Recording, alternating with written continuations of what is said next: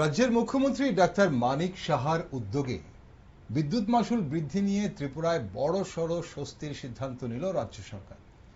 এই প্রথম গৃহস্থালী গ্রাহক থেকে শুরু করে ছোট বড় ব্যবসায়িক প্রতিষ্ঠানের বর্ধিত বিদ্যুৎ মাশুলের 100% ভর্তুকি হিসেবে বহন করবে রাজ্য সরকার। সম্প্রতি বর্ধিত বিদ্যুৎ বিল নিয়ে গ্রাহকদের মধ্যে ব্যাপক ক্ষোভ ও বিভ্রান্তি সৃষ্টি হয়। পরিস্থিতির গুরুত্ব বিবেচনা করে দিল্লি থেকে রাজ্যে ছুটে আসেন মুখ্যমন্ত্রী ডক্টর মানিক সাহা। দ্রুত বিদ্যুৎ দপ্তরের সংশ্লিষ্ট আধিকারিকদের সঙ্গে বৈঠকে বসেছিলেন উনি। বৈঠকে তিনি সমস্যার দ্রুত সমাধানের পাশাপাশি গ্রাহকদের স্বস্তি দিতে কার্যকর পদক্ষেপ গ্রহণের নির্দেশ দিয়েছিলেন। এরপরই রাজ্য সরকারের পক্ষ থেকে সিদ্ধান্ত নেওয়া হলো, আর এই গুরুত্বপূর্ণ সিদ্ধান্ত আজ আমরা জানলাম। শুক্রবার সাংবাদিক সম্মেলনে বিদ্যুৎ মন্ত্রী রতনলাল নাথ জানান, চলতি বছরের মে মাস থেকে কার্যকর হওয়া বর্ধিত বিদ্যুৎ ট্যারিফের 100% ভর্তুকি দেবে রাজ্য সরকার। বিদ্যুৎ মন্ত্রী রতনলাল নাথ সাংবাদিক সম্মেলনে মূলত বর্ধিত বিদ্যুৎ মাশুলের সম্পূর্ণ অতিরিক্ত বোঝা রাজ্য সরকার বহন করবে বলে ঘোষণা করেছেন। উনি জানান, বর্ধিত ফিক্সড চার্জের 100% ভর্তুকি দেবে রাজ্য সরকার।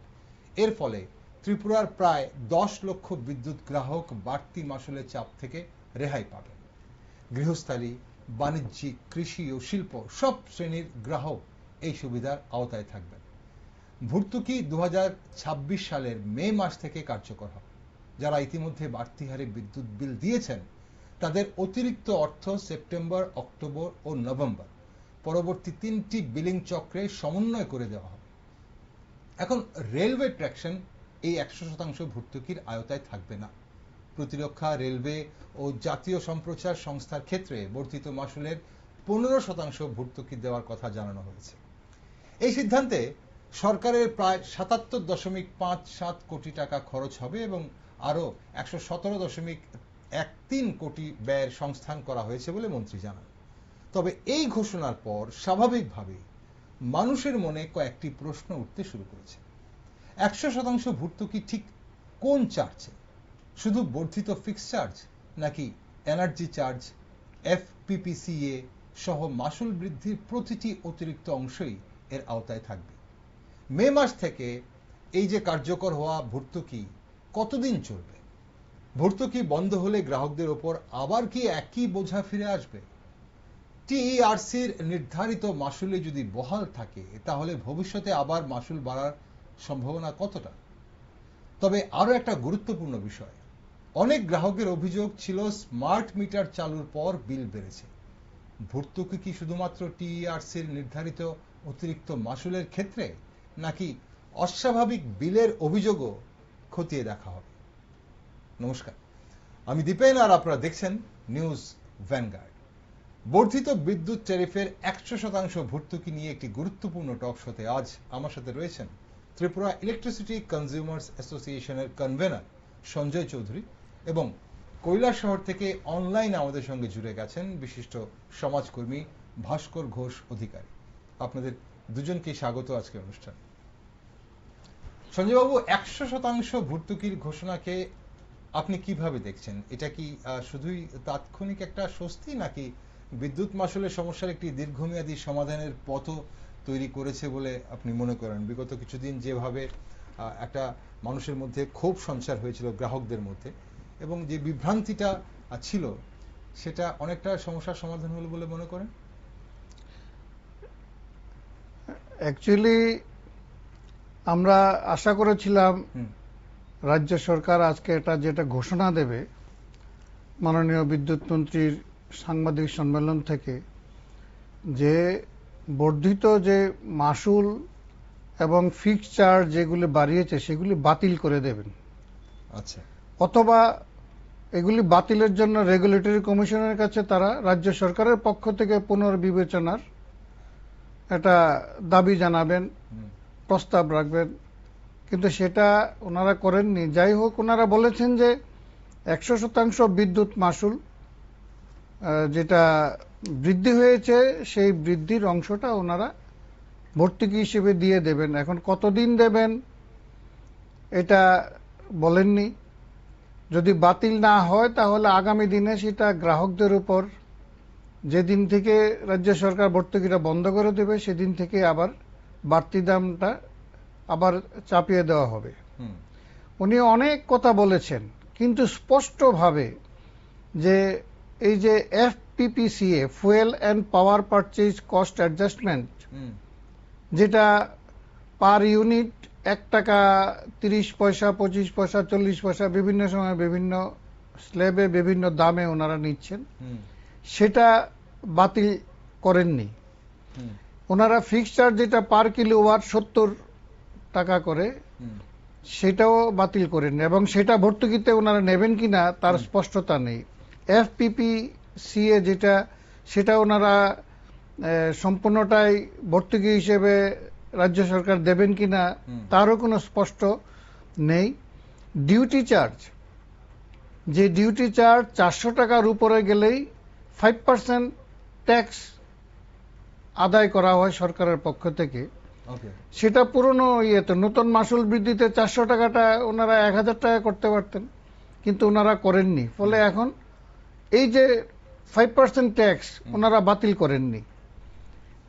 এই জায়গাগুলি না করার ফলে ওনারা স্পষ্টভাবে, আমরা অন্তত বুঝতে পারিনি, অথচ আর সাংবাদিক বন্ধুরাও যারা ছিল, যে প্রতিটি বিষয়ে প্রশ্ন করে যে প্রতিটি বিষয়ে ভর্তুকিটাকে সবটাই হবে না শুধুমাত্র 15 পয়সা এবং 20 পয়সা প্রতি ইউনিটে মাসুল বৃদ্ধি করেছেন সেটার ভর্তুকি দেবেন। বর্ধিত মাসুল বলতে তো শুধু ওই জায়গাটা বুঝার, বাকি তো আনুষঙ্গিক চার্জ।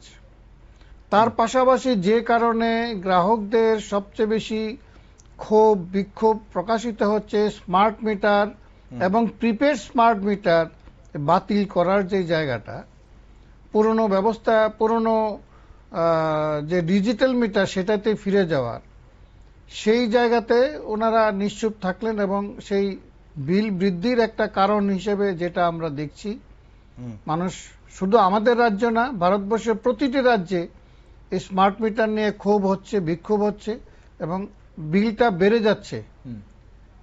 সেটা স্মার্ট মিটার বাতিলেরও কোনো তারা নির্দেশ রাখেননি। ফলে এগুলি স্পষ্ট ঘোষণার প্রয়োজন। ঠিক, সঞ্জয়বাবু, আপনি যেটা বলছেন যে বর্ধিত মাসুল এবং সেখানে কোন কোন চার্জে, সেটা নিয়ে কিন্তু একটা ধোঁয়াশা রয়েছে, এবং সেটাই কিন্তু দুপুরবেলার এই যখন থেকে আমাদের নিউজ যায় তখন থেকে কিন্তু মানুষ জানতে শুরু করে আমাদের কাছ থেকে যে এই বর্ধিত মাসুলের মধ্যে কোন কোন চার্জগুলো আসবে।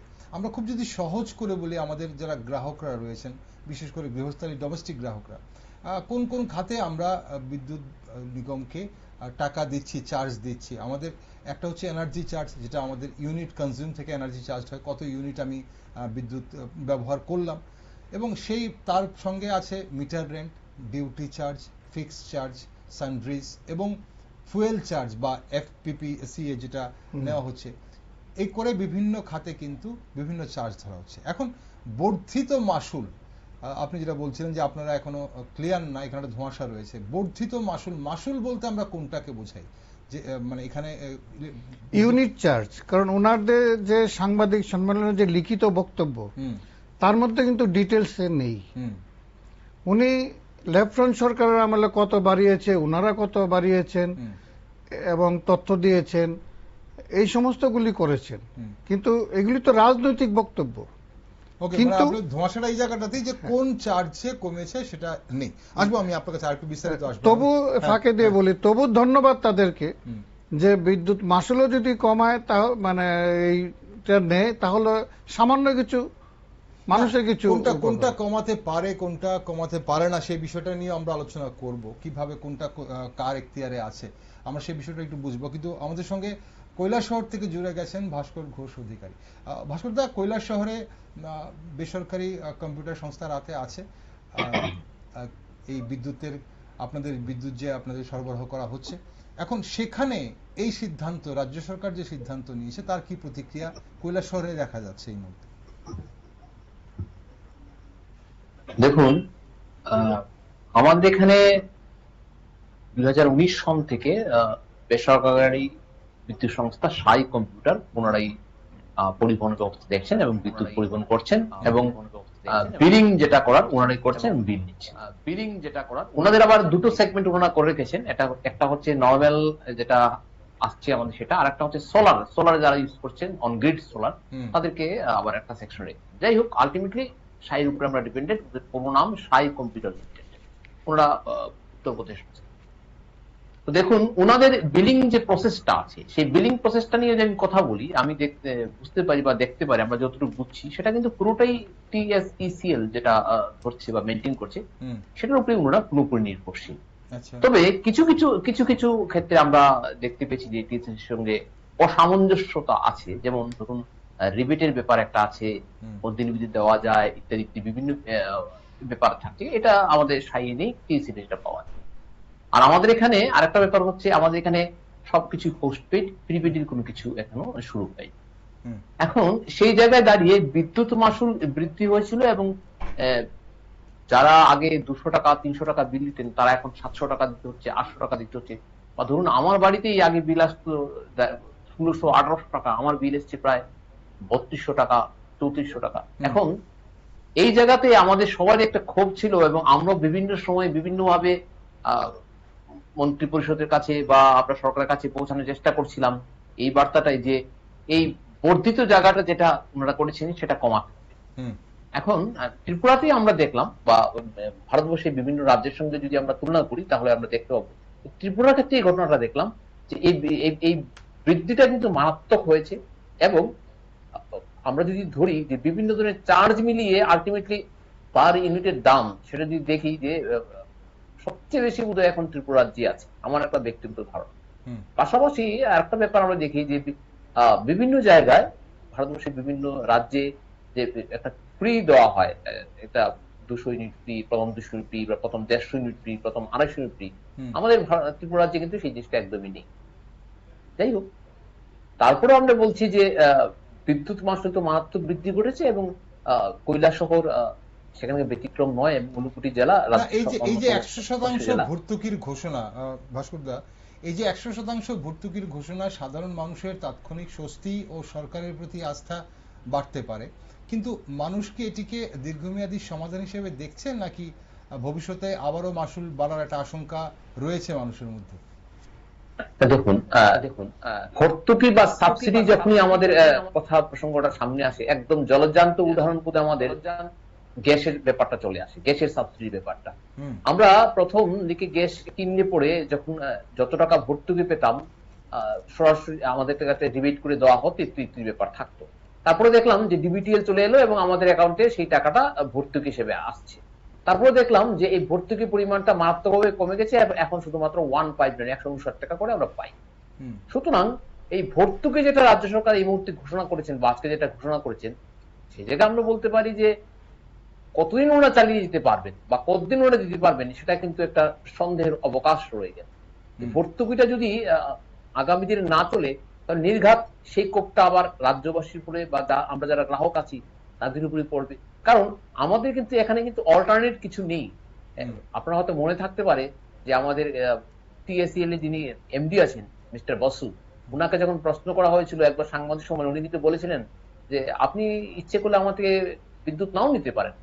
উনি যে কথাটা বলেছিলেন সেই খেই ধরেই আমি বলছি, উনি যে প্রসঙ্গটা বললেন হয়তো উনি ভুলে গেছেন যে উনি ত্রিপুরা রাজ্য থেকে বলছেন। উনি ভারতবর্ষের অন্য কোনো রাজ্যে না, মহারাষ্ট্রে না, উনি উত্তরপ্রদেশ না, যেখানে সাবসিডিয়ারি অন্যান্য বিভিন্ন কোম্পানিগুলি থাকে, আদানি আছে, আম্বানি আছে, ইত্যাদি বিভিন্ন কোম্পানি আছে, টাটা আছে। কিন্তু আমাদের এখানে একটাই আছে, সেটা সম্পূর্ণ সরকারি পক্ষপাতী সরকারের ইয়েতেই চলে, বদান্যতা চলে।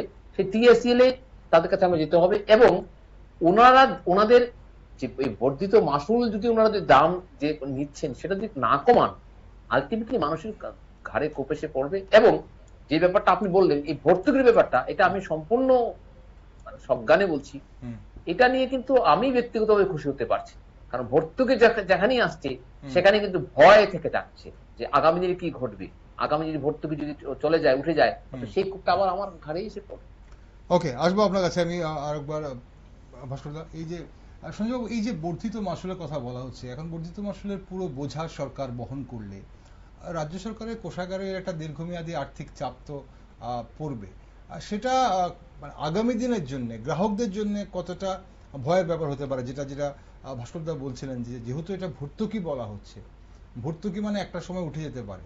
আবার বিদ্যুতের ক্ষেত্রে আমরা দেখি আমাদের বিলে একটা সাবসিডির একটা অলরেডি একটা জায়গা রয়েছে, প্রত্যেক মাসে আমরা একটা সাবসিডি পাই।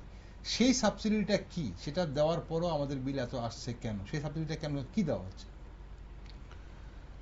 অ্যাকচুয়ালি বিলটা এমনভাবে করছে এবং বিভিন্ন যে সাবসিডি কথা বলছে, আমি যদি মানে শুধু গ্রাহকদের স্বার্থে যদি বলি যে বিদ্যুতের দামটা বাড়তো না, এবং তার কন্ডিশন আছে। প্রথম কন্ডিশন আমাদের মাননীয় বিদ্যুৎ মন্ত্রী আজকে বলেছেন যে লেফট ফ্রন্টের আমলেও গ্যাসের দাম আন্তর্জাতিক বাজারে দাম বেড়ে যাওয়ায় তারা বিদ্যুতের দাম বাড়িয়েছে। ওনাদের আমলেও গ্যাসের দাম বেড়েছে আন্তর্জাতিক বাজারে। ফলে এখন তো মাননীয় মুখ্যমন্ত্রীও বললেন যে ওইদিকে রাশিয়া ইউক্রেনের যুদ্ধ এবং ইরান আমেরিকার যুদ্ধের ফলে আন্তর্জাতিক বাজারে গ্যাসের দাম বেড়েছে, জ্বালানির দাম বেশি সেটা। কিন্তু আমরা যেটা আপনার এখানেও বলেছিলাম যে আমাদের রাজ্যের মাটির নিচের গ্যাস, সেই গ্যাস আন্তর্জাতিক বাজারে দামে এখানে বিদ্যুৎ উৎপন্নের জন্য কিনতে হচ্ছে। পূর্বতন বামফ্রন্ট সরকার কিংবা বর্তমান বিজেপি সরকার কেউ কেন্দ্রীয় সরকারের কাছে মনে হয় না, আমরা অন্তত জানতে পারিনি, আপনারা পেরেছেন কিনা জানি না, যে আমাদের বিদ্যুৎ উৎপাদনের ক্ষেত্রে অন্তত এই বিষয়টা ছাড় দেওয়া হোক, আমাদেরকে কম দামে দেওয়া হোক, কারণ এটা আন্তর্জাতিক বাজার থেকে আসছে না।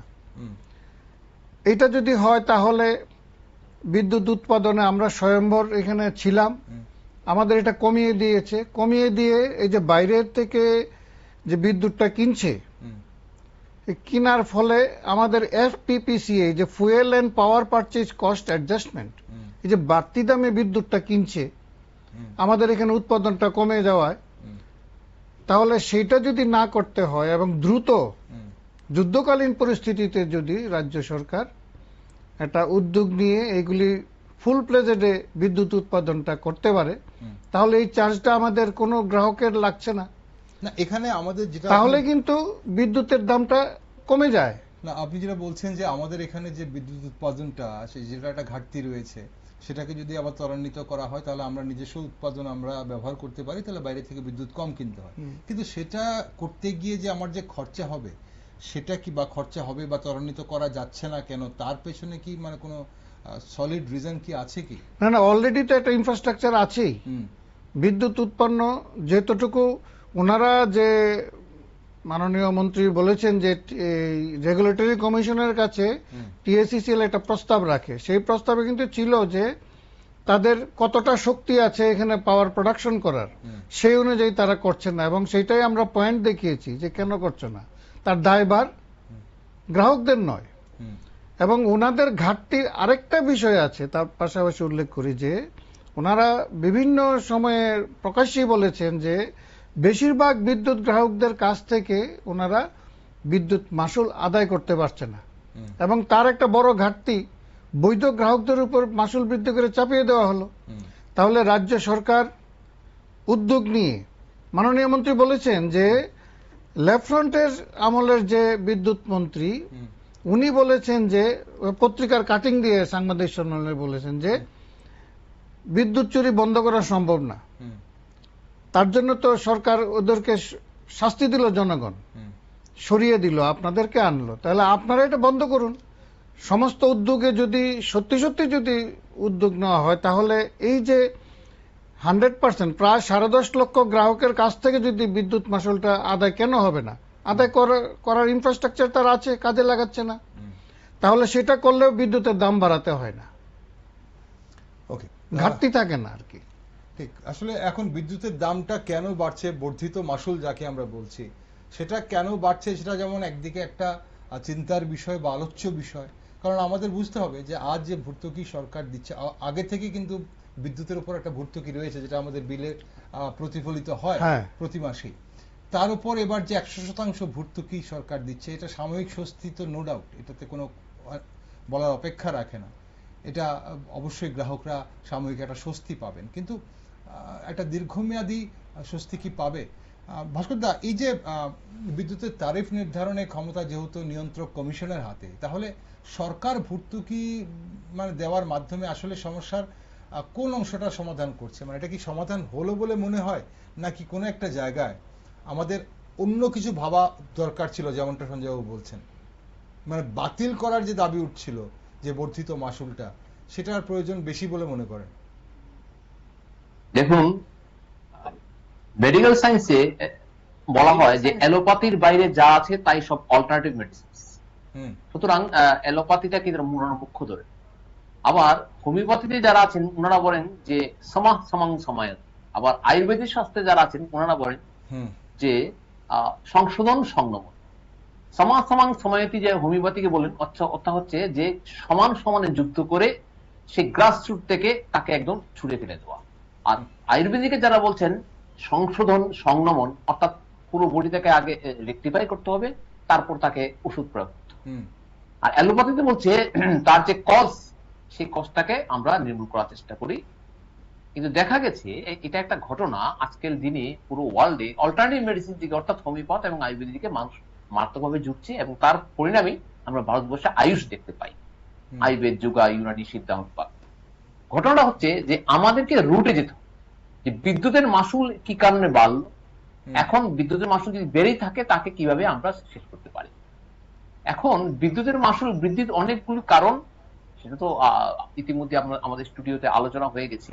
রাশিয়া যুদ্ধ, ইত্যাদি যুদ্ধ, এটা ব্যাপার থাকছে, ভারতবর্ষের একটা ব্যাপার, আন্তর্জাতিক বাজারে জ্বালানির দাম বৃদ্ধি পাওয়াতে ব্যাপার থাকছে। এটাও পাশাপাশি এটাও ঠিক, এই গ্যাসটা তো আমার রাজ্যের নিজের গ্যাস। পালাটানা যখন উৎপত্তি হয়েছে তখন তৎকালীন মুখ্যমন্ত্রী মানিক সরকার ওনারা বলেছিলেন যে আমার রাজ্যের গ্যাস আমরা উৎপন্ন করছি এবং আমরা সংরক্ষণ করবো। এখন ঘটনাটা এই জায়গাতে গেল, বিদ্যুতের বিল দেয় না, এই ঘটনাটা কিন্তু বিশাল অংশ। রতনবাবু যে তথ্যটা দিয়েছিলেন আজকে থেকে বেশ কয়েক মাস আগে, যখন আমবাসা থেকে বা ধলাই থেকে যখন এই বেসরকারি বিদ্যুৎ সংস্থা হাটকোকে সরিয়ে দিয়েছিলেন, হাটকোকে সরানোর সময় উনি যে তথ্যটা দিয়েছিলেন, সেই তথ্য অনুযায়ী আমি বলতে চাই, উনি বলেছিলেন যে ধলাইয়ের একটা বিশাল অংশ বিদ্যুৎ দেয় না। উনি কৈলাসহর যখন এসেছিলেন তখনও কিন্তু তথ্য দিয়েছিলেন, দেখিয়েছিলেন যে এখানেও একটা কিছু অংশ আমাদেরকে বিদ্যুৎ বিল দেয় না। এখন এটা তো বাস্তব কথা, আপনারা যেটা আলোচনা করেন সেটা আমি একদম সম্পূর্ণ সহমত। বিদ্যুতের বিল যেখানে দেওয়া হয় না, আর যারা দিচ্ছে, ঘুরিয়ে যারা দিচ্ছে তাদের উপরে কিন্তু এই বিদ্যুতের বিল যারা দেয় না সেখান থেকে চলে আসে। এটা যেমন সত্যি, আবার পাশাপাশি এটাও সত্যি, অনেক সরকারি অফিস, আমি নাম উল্লেখ করছি না, অনেক অফিস আছে, অনেক বেসরকারি সংস্থা আছে, ওনারা কিন্তু বিশাল, ওনাদের কাছে মানে বিশাল পরিমাণ রেভিনিউ আটকে আছে টিএসসি, অর্থাৎ নিজের ঘরেই কিন্তু প্রচুর টাকা আটকে আছে। আমি প্রচুর সরকারি দপ্তর বলতে পারি, প্রচুর বেসরকারি কোম্পানি ওখানে টাকা ওনারা পান, কিন্তু কি কারণে নেওয়া হয় না, কি কারণে দিচ্ছেন না, কি কারণে আদান প্রদানটা হচ্ছে না, কেন এই ট্রানজাকশনটা বন্ধ হচ্ছে, রেভিনিউ কালেকশন হচ্ছে না, সেটা আমার ঠিক অজানা, কিন্তু এটা সত্যি যে ওনারা দিচ্ছেন। এখন এই কজগুলিকে যদি আমরা দূর করতে পারি, তবে তো তার যে ভিত্তিটা তৈরি হবে, তার যে ভিত্তিপ্রস্তরটা তৈরি হবে, এটা কিন্তু সুদৃঢ় হবে। না হলে এই যে ভর্তুকির ব্যাপার যেটা আমাদের উপরে এখন বলা হলো, মাননীয় মুখ্যমন্ত্রী ডক্টর মানিক সাহেব বললেন এবং আমরা খুব খুশি হলাম, সেটা কতটুকু আমাদেরকে আশান্বিত করতে পারবে ভবিষ্যতের জন্য, সেক্ষেত্রে কিন্তু আমরা সন্দিহান হয়ে রইলাম। সঞ্জয়, এই যে যেসব গ্রাহক ইতিমধ্যেই বর্ধিত হারে বিল পরিশোধ করেছেন, এখন এখানে বারবারই একটা যখন বর্ধিত মাসুল, বর্ধিত হার আমরা বলছি, আমাদের ওই জায়গায় ধোঁয়াশা রয়েই যাচ্ছে যে কোন জায়গাটা বলছি। একটা হচ্ছে যে মে মাসে বর্ধিত মাসুল, যেটা নিগম জানিয়েছিল যে 15 পয়সা এবং 20 পয়সা ডোমেস্টিকের ক্ষেত্রে দুটো স্ল্যাবে, এই যে সেটা বেড়েছিল বর্ধিত মাসুলটা, সেটা মানুষ জানতো যে প্রত্যেকটা ইউনিটে 15 পয়সা বা 20 পয়সা করে বেড়েছে। এখন তারপরে হচ্ছে যেটা মানুষ যেটা অবাক হয়েছে, সেখানে দুটো কারণে। একটা হচ্ছে যে বিভ্রান্তি যেখান থেকে ছড়ালো, যে বিভিন্ন যে চার্জগুলোর নামে যে টাকাটা একটা ব্যাপক হারে বৃদ্ধি, সেটা ফিক্সড চার্জ হোক, সেটা ডিউটি চার্জ হোক, সেটা সানরাইজ হোক, কিংবা সেটা এফপিভিসিএ যেটা হোক। এখন এই বর্ধিত হারে যে বিল পরিশোধ করেছেন তাদের টাকা পরবর্তী বিলের সঙ্গে বলা হচ্ছে যে অ্যাডজাস্ট করা হবে, মানে সমন্বয়ের প্রক্রিয়াটি মানে হবে। এখন এই জায়গাটা মানুষ, আমি কি করে বুঝবো যে কোন টাকাটা আমাকে সেপ্টেম্বর মাসের বিলে আমাকে যেটা বলা হলো যে বিদ্যুৎ মন্ত্রী যেটা বললেন যে সাবসিডি একটা স্ল্যাব আছে, তার সঙ্গে অ্যাডিশনাল সাবসিডি, এবং যেখানে এরিয়ার সেখানে আরেকটা জায়গায় তিন ধাপে সাবসিডি আসবে, এবং এই জায়গাটা থেকেই মানে ওই যে টাকাটা ফেরত দেওয়ার প্রক্রিয়াটা চলবে 3 মাসের মধ্যে, সেপ্টেম্বর, অক্টোবর, নভেম্বর। এখন আমি কি করে বুঝবো যে কোনটা বর্ধিত মাসুল ছিল, কোনটা বর্ধিত, এবং সেটাকে আমাকে কতটা ফেরত দেওয়া হচ্ছে?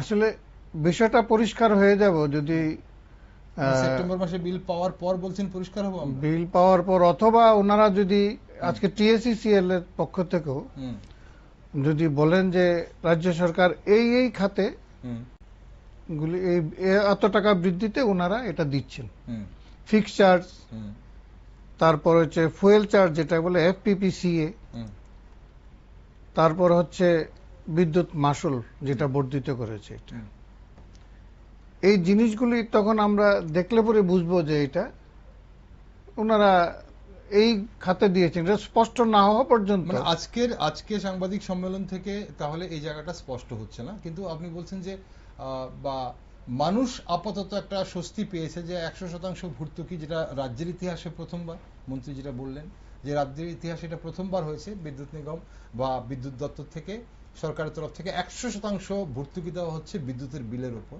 বর্ধিত মাসুলটা যেটা, সেটা 100% ভর্তুকি দেবে রাজ্য সরকার, এটা প্রথমবার হয়েছে। কিন্তু এখন সেটা কোন চার্জের উপর? ফিক্স চার্জে তো মন্ত্রী বলছিলেন যে ফিক্স চার্জে বোধহয় ইয়েতে হবে, ফিক্স চার্জে কি হওয়ার সম্ভাবনা আছে? এখন ফিক্স চার্জটা কিসের জন্য নেওয়া হয় সঞ্জয় বাবু?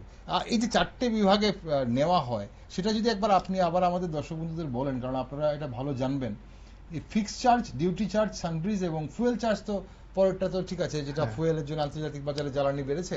না, আন্তর্জাতিক বাজারের নয়, fuel and power purchase cost যেটা হচ্ছে সেটা আমাদের রাজ্যের ক্ষেত্রে মূলত বাড়তি যে বিদ্যুৎটা কেনা হচ্ছে, আচ্ছা, আমাদের তো স্বয়ংসম্পূর্ণ ছিলাম, এখন নেই। এই বিদ্যুৎটা পাওয়ার গ্রিড থেকে নিচ্ছে। আচ্ছা, এখন ওয়ান নেশন ওয়ান গ্রিড, সেই গ্রিডের মধ্যে একটা জিনিস লক্ষ্য রাখতে হবে যে এখন ভারতবর্ষের যত বিদ্যুৎ উৎপন্ন হয় তার অর্ধেক থেকে বেশি উৎপন্ন করে প্রাইভেট সেক্টর, কর্পোরেট সেক্টর। তাদের বিদ্যুৎটা বিক্রয়ের একটা গ্যারান্টির জন্য ওয়ান নেশন ওয়ান গ্রিড, সেই বিদ্যুৎটা আমরা কিনছি বেশি দামে, সেটার অ্যাডজাস্টমেন্ট। আর গ্যাসের দাম যেটা, এখন তো আর গ্যাসের দাম বাড়েনি, ফলে যা বেড়েছে আগে বেড়েছে, সেটার অ্যাডজাস্টমেন্ট যেটা এখানে যতটুকু হয়, ওকে, সেটা হচ্ছে এফপিপিসিএ। ওকে, এখানে ফিক্স চার্জ হচ্ছে, এটা নেওয়াটা তাদের তো উচিত না, কারণ এই যত লাইন, যে বিদ্যুতের যে পরিবাহী তার, যেটা নাকি বন্টন ব্যবস্থার জন্য যে তার, আমার বাড়িতে যেটা কানেকশন জন্য একটা খরচা হয়, তার জন্য ফিক্স চার্জ। আচ্ছা, কিন্তু এই চার্জটা কারণ ব্যবস্থাতেই সাধারণ মানুষের টাকা মাঝখানে তারা গ্রাহক নিজে সেই টাকাটা দিতে হচ্ছে, তাহলে বাড়তি টাকাটা আমি আজকে আমি দাবি করতে পারি, আমার দাবি ন্যায়সঙ্গত। লক্ষ্য করণীয় যে রেগুলেটরি কমিশন 2003 সালে যে বিদ্যুৎ আইন তৈরি করে, রেগুলেটরি কমিশন যেটা গড়ে উঠেছিল, সেটা গ্রাহকদের স্বার্থ দেখার জন্য। মূলত ফার্স্ট ডিউটি হচ্ছে গ্রাহকের স্বার্থ, কোম্পানিগুলি ঠিকভাবে করছে কিনা। কিন্তু আমাদের দুঃখের হলো সত্য যে তারা গ্রাহকদের কাছ স্বার্থ থেকেও টিএসসিসিএল এর স্বার্থটাই বেশি দেখছে। ওকে, এখন ডিউটি চার্জটা কিসের জন্য নেওয়া হচ্ছে? Duty charge tax. ওকে, এবং সানডি চার্জটা কি, এটা আমাদের বোধগম্য না। আচ্ছা, সানডি চার্জ দিয়ে কখনো আপনাকে মাইনাস দেখাচ্ছে বিদ্যুৎ বিলে কোন কারোর গ্রাহকের, আবার কখনো আপনাকে চার্জ দিয়ে বসিয়ে দিচ্ছে যে সানডি চার্জ। আচ্ছা, অনেকেই বলছেন যে ফিক্স চার্জের যে বিষয়টা, বলছে 1 কিলোওয়াটের 1 কিলোওয়াটের যদি হয়, তাহলে আপনার যে আপনি যে ওয়েটটা হবে নিবেন আপনি, সেটাতে তাতে বলা হচ্ছে যে 70 টাকা, 70 রুপিস। এখন অনেকেরই বলা হচ্ছে যে নতুন যখন মিটার বসাচ্ছে, তাদেরকে বলা হচ্ছে যে আপনি বেশি নিয়ে নিন, ওয়েট নিয়ে নিন, কারণ আপনার লোড বেশি পড়ছে, আপনি 4 কিলোওয়াটের নিয়ে নিন। তো অনেকেই বুঝতে পারছে না যে 4 কিলোওয়াট নিলে কি হবে। এখন 4 কিলোওয়াট লাগিয়ে দিয়ে চলে গেছে, তারপর এখন দেখা যাচ্ছে বিল আসছে 280 টাকা ফিক্সড চার্জে। এটা কি সত্যি কি ব্যাপারটা এমন? হ্যাঁ, বিষয়টা এরকমই, কিন্তু যেটা মানে প্রথমত নেওয়া উচিত না, তারপর নিলে পরও আমি যতটুকু বিদ্যুৎ কনজিউম করেছি আমার হচ্ছে যে আমার বেশিরভাগ এত লাগতে পারে। আচ্ছা, একজন গ্রাহকের বাড়িতে 6টা ফ্যান আছে, 6টা ফ্যান একসঙ্গে ঘুরে নেওয়া, ম্যাক্সিমাম সময় একটা বা 3টা, বছরে হয়তো 1-2 বার কোনো অকেশনে সবগুলি ফ্যান চলতে পারে। কিন্তু আমার তো কানেকশন তো লাগবে, আমি তো আর তখন আর আলাদা করে বসাতে পারবো না, ওয়ারিংটা আমার একসঙ্গে করতে হয়। 2টা টিভি 2 ঘরে থাকলেও একসঙ্গে চলে না, এসি থাকলেও সবগুলো একসঙ্গে চলছে না, কিন্তু আমি এটা ধরে রাখলাম আমার ম্যাক্সিমাম এত হতে পারে। তাহলে ম্যাক্সিমামের জন্য, তার জন্য আমি যেটা করব তার উপরে তুমি ফিক্সড চার্জটা নাও, কিন্তু তারা নিচ্ছে যে আমি ম্যাক্সিমাম যতটা আমার লোডটা নেব তার উপরই হবে। এবং স্মার্ট মিটারের ক্ষেত্রে আরেকটা অসুবিধা হচ্ছে যে আপনি যদি কন্ট্যাক্ট লোডটা যদি না বাড়ান, অটোমেটিক্যালি আপনার এটা কাট হয়ে যাবে, পাওয়ার কাট হয়ে যাবে। তার জন্য আপনাকে ফাইন দিতে হবে রিকানেকশনের জন্য। এটা আগে তো পাওয়ার হাউস থেকে এসে মানে পিলারের মধ্যে লাইনটা কেটে দিত, তার জন্য রিকানেকশনের পয়সা আমাকে দিয়ে আবার এখানে লোক আসতো। এখন অটো কাট হচ্ছে, কিন্তু তার জন্য আমাকে আবার চার্জ ফেলে দেবে। ওকে, বিভিন্ন চার্জে এখানে তার জন্যই হচ্ছে। ভাস্করদা, এই যে বিভিন্ন চার্জ বিলের সঙ্গে যেটা অ্যাড করা হচ্ছে, অনেকেই এই ধরনের, আমরা যখন এই সারা রাজ্য জুড়ে যখন ক্ষোভ চলছিল, সামাজিক মাধ্যমে বিভিন্ন ধরনের মিম থেকে শুরু করে মানুষের মুখে মুখে আমরা একটা জিনিস শুনছিলাম, অনেকেই অভিযোগ করছিলেন যে বিদ্যুৎ বিল আমি যখন দিচ্ছি, একটা তার দিয়ে বিদ্যুৎ আসছে আর আমি সেই বিদ্যুতের বিল দিচ্ছি, আমি যখন এনার্জি কনজিউমডের আমার কত ইউনিট আমি দিচ্ছি, তখন এই বারবার এতগুলো খাতে আমার কাছ থেকে টাকা কেন নেওয়া হচ্ছে? Meter rent, fixed charge, duty charge, sundries, F P P C A বা ফুয়েল চার্জের নামে এখন এতগুলো কেন নেওয়া হচ্ছে? একসঙ্গে কেন মিটার চার্জ নেওয়া হচ্ছে না? এটা একটা প্রশ্ন অনেকের মধ্যে ছিল। এই জায়গাটা আপনি কি মনে করেন? নিগমের ওখানে এই, তাহলে আমরা আলটিমেটলি, আপনি শুরুতে যেটা বলছিলেন যে আমাদের যে ইউনিট কনজিউম যে খরচটা যেটা পড়ছে সেটা অনেক বেশি পড়ছে। তাহলে 100%। আপনি যে প্রসঙ্গটা আলোচনা করলেন 100% একদম। কারণ আপনি আলটিমেটলি দেখালেন যে আমার বিদ্যুতের মাসুলের রেট এত, আমি বর্ধিত মাসুল কমিয়ে দিলাম, 30 পয়সা যেটা বেড়েছিল সেটা কমিয়ে দিলাম, কিন্তু আমার তো বিভিন্ন স্টেপে যে টাকা নেওয়ার ব্যাপারটা, আমার থেকে যে শুষে নেওয়ার যে ব্যাপারটা, সেটা তো রয়ে গেল। মিটার রেন্ট বলে রেন্ট নিচ্ছেন, ডিউটি চার্জ দিচ্ছেন, এফপিপিএ চার্জ দিচ্ছেন, বিভিন্ন ধরনের চার্জ দিচ্ছেন।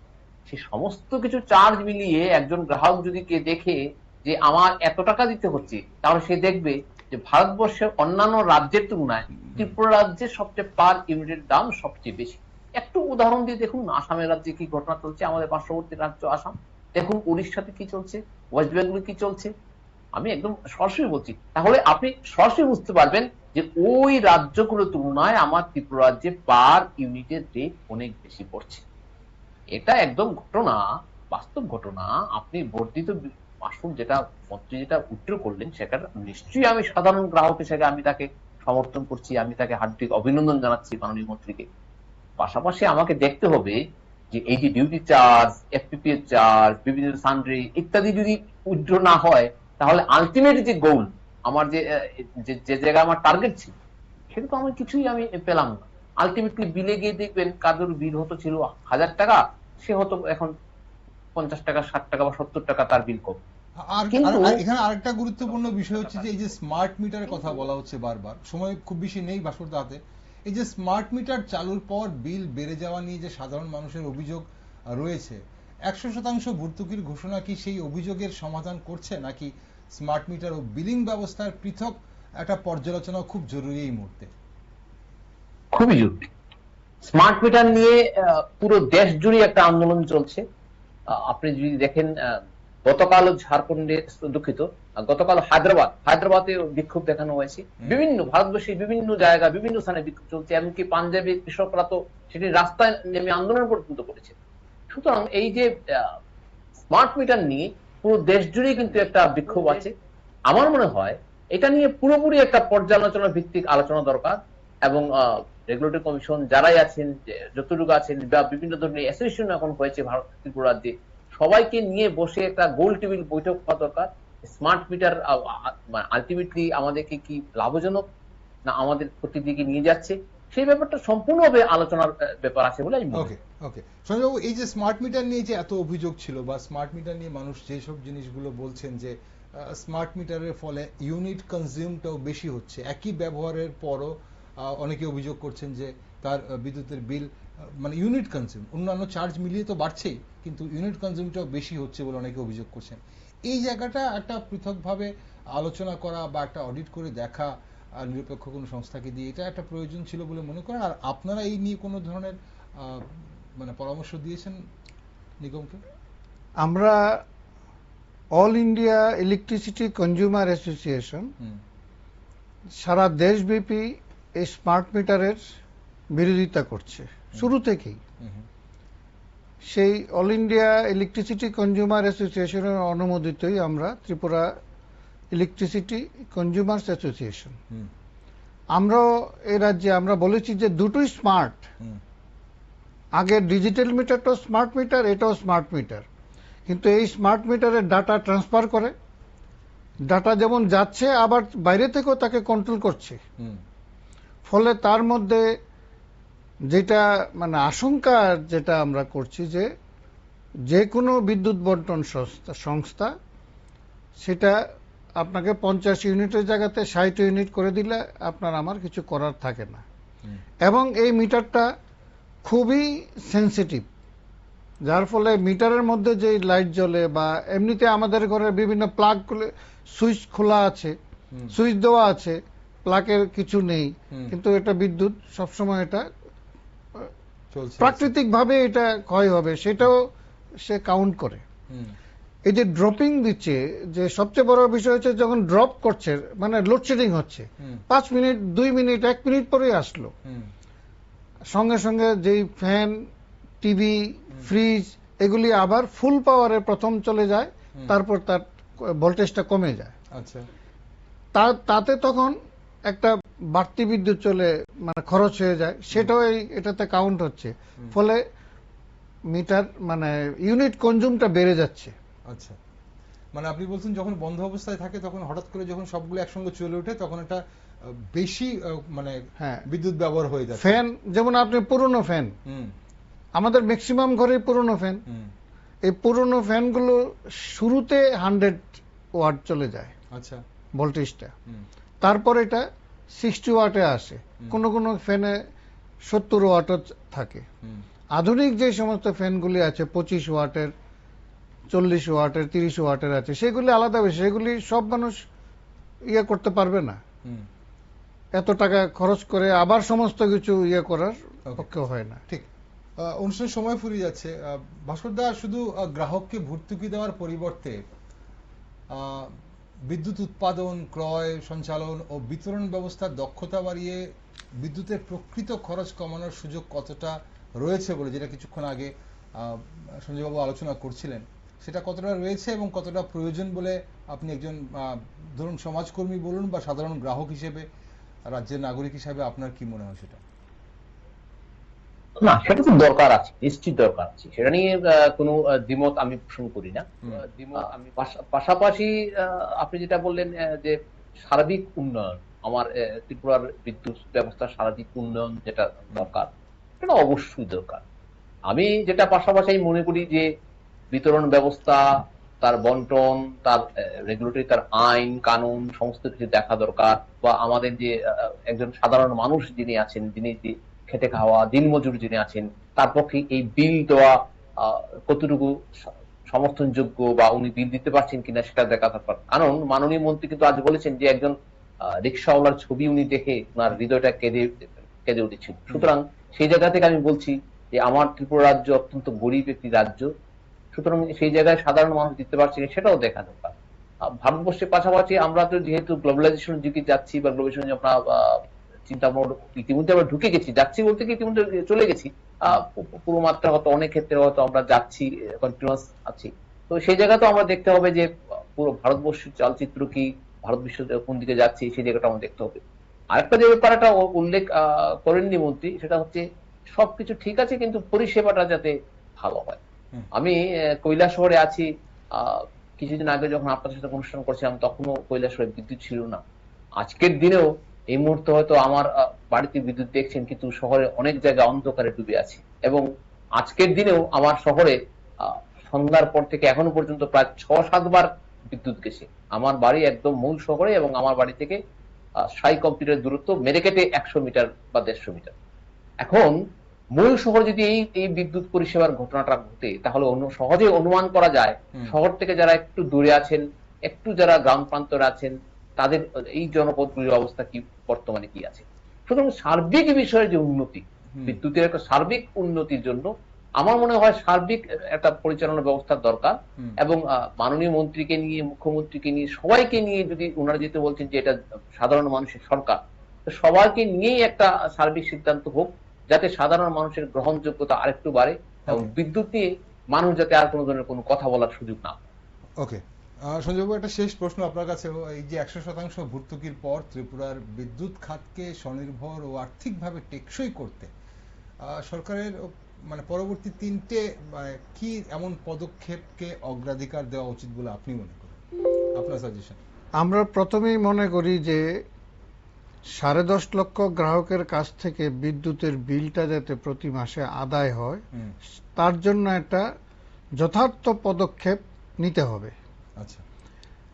এবং বিদ্যুতের যে অপচয়, তার বন্টন ব্যবস্থার মধ্যে বিভিন্ন তারের জায়গাতে গাছের পাতা লাগিয়ে থাকা বা এই আর্থিং এর ফলে লতা গিয়ে তার যে অপচয় বাড়ছে, সেই বাড়তিটা প্রায় 25%। আচ্ছা। সেটাকে যদি 11% একটা স্ট্যান্ডার্ড, ইন্ডিয়ান স্ট্যান্ডার্ডে সে যদি নামিয়ে আনতে পারে, তাহলে বিদ্যুতের অনেক সাশ্রয় হবে এবং ক্ষতিটা কমবে।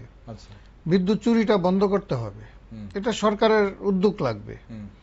তার পাশাপাশি এই যে অল্টারনেটিভ যে বিদ্যুৎ উৎপাদনের জন্য আমাদের এনআইটি, টিআইটি, এই সমস্ত যারা মেকানিক্যাল, ইলেকট্রিক্যালের যে ইঞ্জিনিয়ারিং বিভাগ আছে, তাদেরকে যে হালকা বাতাসে কিভাবে মানে বিদ্যুৎ কিছুটা প্রত্যেক গ্রাহকে নিজে নিজেই একটা বাড়িতে যেমন সোলার হয়, ঠিক হাওয়া থেকে কিভাবে উঠতে পারে, তার একটা উদ্যোগ নেওয়ার, কুটির শিল্পের মতো উদ্যোগ নিতে পারে এবং তাতে একটা ভালো বিদ্যুতের সাশ্রয় হবে।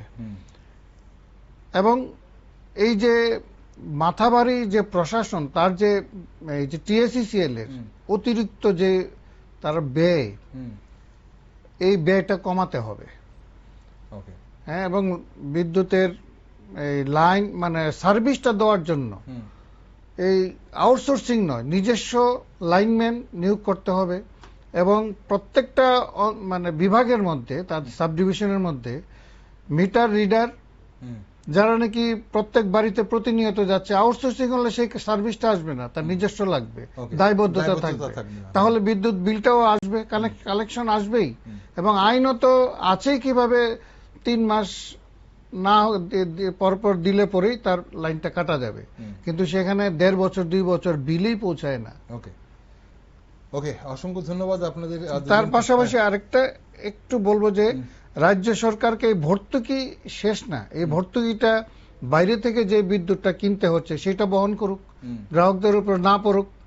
ফুয়েল পারচেজের ক্ষেত্রে যে গ্যাসের দাম বাড়লো, সেটা রাজ্য সরকার বহন করুক, তাহলে তো বিদ্যুতের দাম আর বাড়ছে না। ওকে, অসংখ্য ধন্যবাদ আপনাদের পরামর্শের জন্য।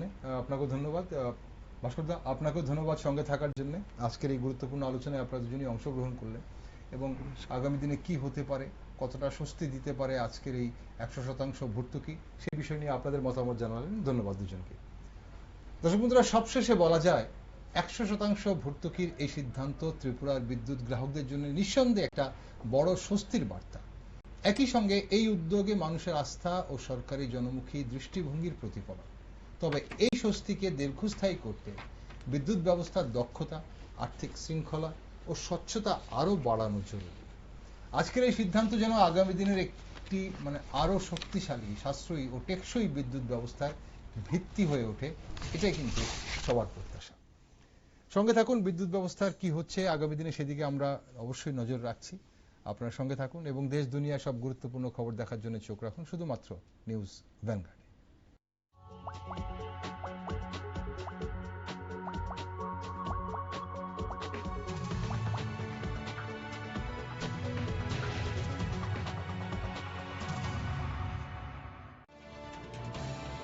মশলা হাতে নয় চামচে তুলুন। লংতরাই গুঁড়ো মশলার প্রতিটি 250 গ্রাম প্যাকেটের সাথে একটি চামচ ফ্রি।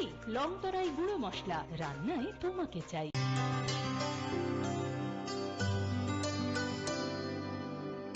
पानी सारे गा सारे पा मा गा।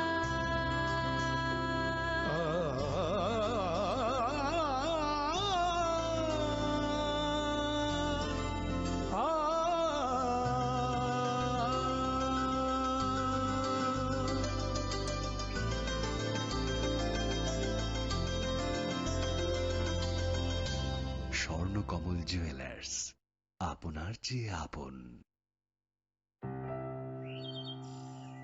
I was like them, running away to big cities. Big cities can be rewarding, but unforgiving. And so I quit my job and came back home. Over many special cups of tea, something special was born. The Northeast Handicraft Training Center, a place to celebrate our heritage. Hi, my name is Kenny Angami, and this is my special story. Amul Tea Special.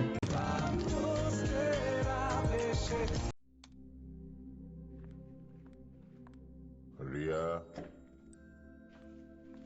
ডাকছিলে বাবা? কতদিনের relation? বছর 5 হবে। কেন? একবার জানালি না? সম্পর্কটা তো আমার, বিয়েটাও আমার, পছন্দও আমার। তোমার জানার প্রয়োজন? এবার তো জানলে। তাহলে আমি যদি গিফট দিই সেটা আমার পছন্দের হওয়া উচিত। তোকে দিলাম, দেখ।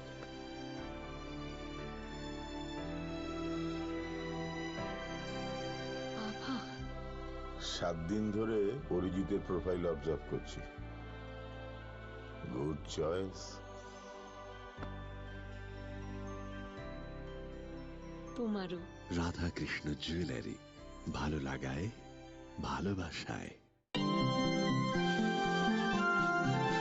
এসে গেছো? খুব তো খেয়ে বেড়াও, বলো দেখি কি স্পেশাল মশলা দিয়েছি আজ রান্নায়? এলাচ, লবঙ্গ, দারচিনি। আমি চিনি গো চিনি তোমার। সানরাইজ শাহী গরম মশলা, আমিষ হোক বা নিরামিষ, স্পেশাল গরম মশলা মানেই সানরাইজ শাহী গরম মশলা। রান্না শেষে একটুখানি ছড়িয়ে দিলে বাজি মাত। সানরাইজ শাহী গরম মশলা রান্নায় আলাদা মাত্রা এনে দেয়।